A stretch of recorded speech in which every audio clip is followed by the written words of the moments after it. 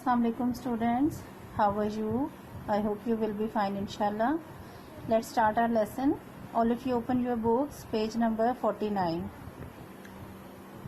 Students, as you know, we have completed our reading and explanation of chapter 5, and this is also end of the syllabus of first term. Today we will start from question and answers. Question number 1 and 2 have done already, and question number 3 is do you know in which climatic zone Pakistan is situated? Pakistan कौन से climatic zone में, कौन से reason में, आबो हवा के खिते में वाक़या है? इसका आंसर बुक में क्योंकि 2 रीजन्स में है इसलिए मैंने छोटा सा नोट एक अलग बना लिया है, वो मैं आपको करवा देती हूँ. Pakistan has 2 climatic zones. Pakistan basically 2 आबो हवा के खितों में वाक़या है, यानी 2 तरह के खिते हैं हमारे पाकिस्तान में. The greater part of Pakistan has a monsoon climatic reason. Pakistan को जो ज़्यादातर हिस्सा है, बड़ा हिस्सा है, वो मानसून आबो हवा के खिते में वाक़या है. While a very small part is touched by hot and dry desert climatic region. जबकि छोटा सा एक हिस्सा है जो कि खुश्क और सहराई आबो हवा का खिता है, यानी हमारा पाकिस्तान का जो सहराई इलाका है वो सिर्फ एक छोटा सा हिस्सा है जो थर का रेगिस्तान है. सिंध का जो इलाके में थर का रेगिस्तान है या बलूचिस्तान को का थोड़ा सा पार्ट है, तो सिर्फ इतना जो है ये hot and dry desert climatic region में है. बाकी सारा जो पाकिस्तान का हिस्सा है वो मानसून क्लाइमेटिक रीजन में वाक़या है. ठीक है जी. ये नोट है क्वेश्चन नंबर 3 का. और उसके बाद क्वेश्चन नंबर 6 है. 4 और 5 हम कर चुके हैं पहले. Question number 6 is list factors affecting the climate. ये बिल्कुल वैसे ही क्वेश्चन है जो हमने क्वेश्चन नंबर 1 किया था, लेकिन उसमें हमने फैक्टर्स को डिस्क्राइब किया था मुख्तसरन. जितने भी फैक्टर्स हैं उनकी थोड़ी थोड़ी सी डिटेल बताई थी. जबकि क्वेश्चन नंबर 6 में है list factors affecting the climate. आपने सिर्फ उनकी लिस्ट बनानी है, वो तमाम फैक्टर्स जो क्लाइमेट को अफेक्ट करते हैं उनकी लिस्ट बनानी है. और ये स्टार्टिंग में आपने जो किया था factors that affect the climate, ये टॉपिक पेज नंबर 42 पे है. तो आप इसी तरह से हेडिंग लिखेंगे factors that affect the climate are, और उसके बाद आप number 1 distance from the equator, number 2 distance from the sea, number 3 height above sea level, number 4 direction of wind, number 5 direction of mountains, and number 6 human activities.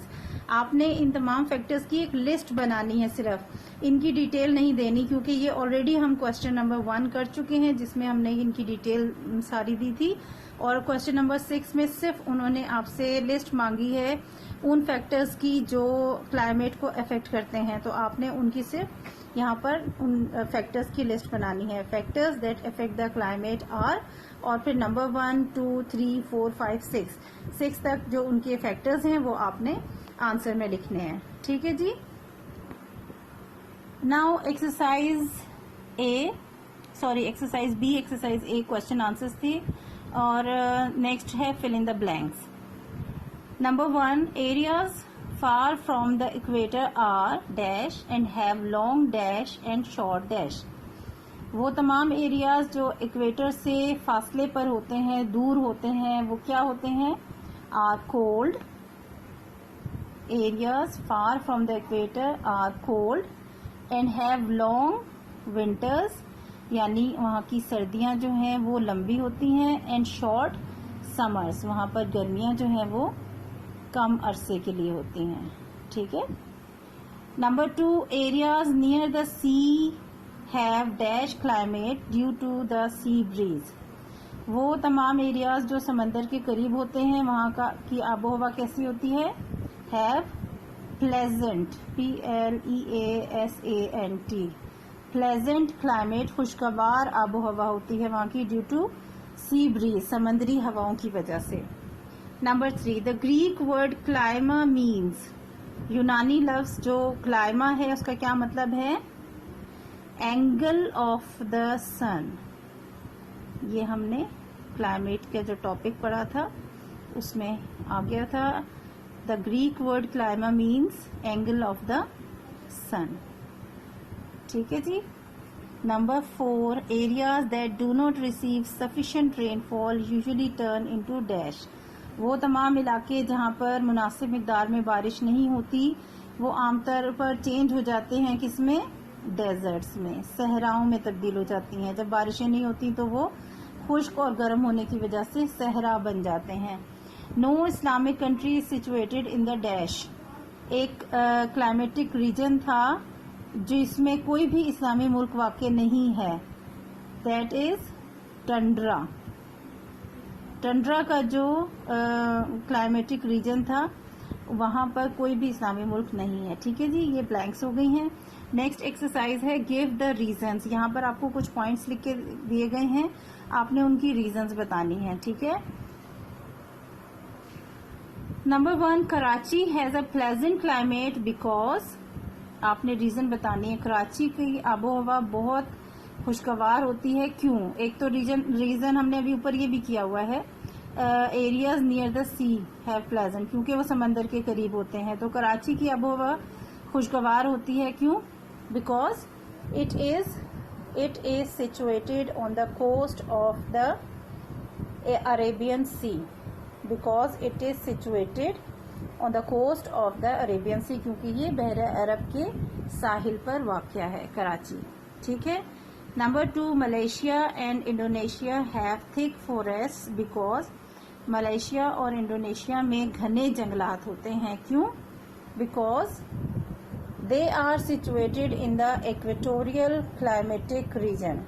Equatorial climatic region में ये वाक़ हैं दोनों ममालिक, और यहाँ क्योंकि बेशुमार बारिशें होती हैं, मौसम अच्छा होता है, बेहतरीन और ज़रख़ेज़ ज़मीन होती है, इसलिए यहाँ पर घने जंगलात होते हैं। Clear. Number 3, Egypt and Libya have big deserts because, Egypt मिस्र में और लिबिया में बड़े बड़े सहरा हैं, क्योंकि they are situated in the hot and dry desert climatic region, क्योंकि ये गर्म और खुश्क सहराई खित्ते में वाक़ हैं। ठीक है। इनकी रीजंस भी मैंने यहाँ नोट्स में लिख दी हैं। इनकी जो क्वेश्चन नंबर 3 का आंसर है और जो रीजंस हैं ये मैं इनकी पिक्चर आपको साथ सेंड कर दूंगी।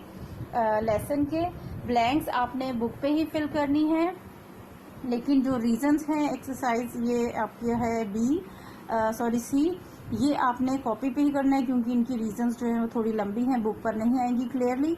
तो आपने ये वाला जो पार्ट है ये भी कॉपी पे करना है। ब्लैंक्स इसी पर बुक पे फिल होंगी। Question number 3 and 6, list the factors affecting the climate. 3 का नोट सेंड कर रही हूँ।